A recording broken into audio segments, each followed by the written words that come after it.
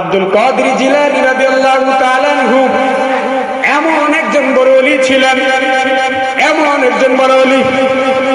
উনি যখন রমজান মাসে উনাকে মুরিদান দাওয়াত দিছে, কি দিছে? দাওয়াত। মুরিদান দাওয়াত দেয় না? দাওয়াত দিছে।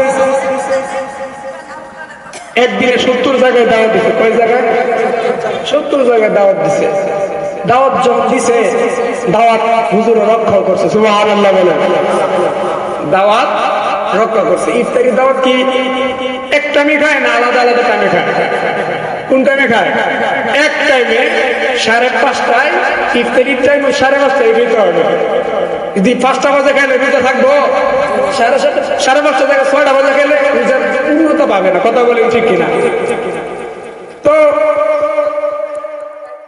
আব্দুল কাদের জিলানী রাদিয়াল্লাহু তাআলা আনহু উনি যখন এই দাওয়াত রক্ষা করলেন, দাওয়াত এখন দোকানে আলোচনা হইতাছে যে আজকে আমার হুজুরে আমি তৃপ্তি সহকারে খাইছি। সুবহানাল্লাহ বলে।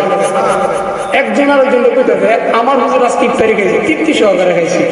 তারপরে খানকার খাদেম বলতেছে আমি তৃপ্তি সহকারে খাওয়াইছি। বলেন সুবহানাল্লাহ। আর এটা কি হুজুরের কাছে আমার বাড়ি, একজন তো আমার বাড়ি। আরে খাদেম সাহেব বলতেছে হুজুর খানকায় ছিল। হুজুর কয়জন? একজন। হুজুর দৌড়ে গেছে হুজুরের কাছে। ইয়া হুজুর বুঝলাম না বিষয়টা।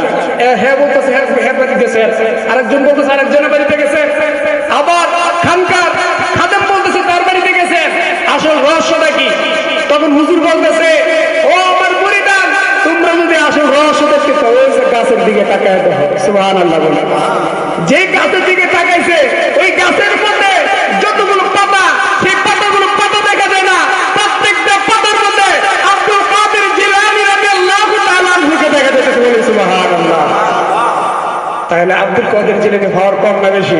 আল্লাহর ওলির পাওয়ার কম না বেশি?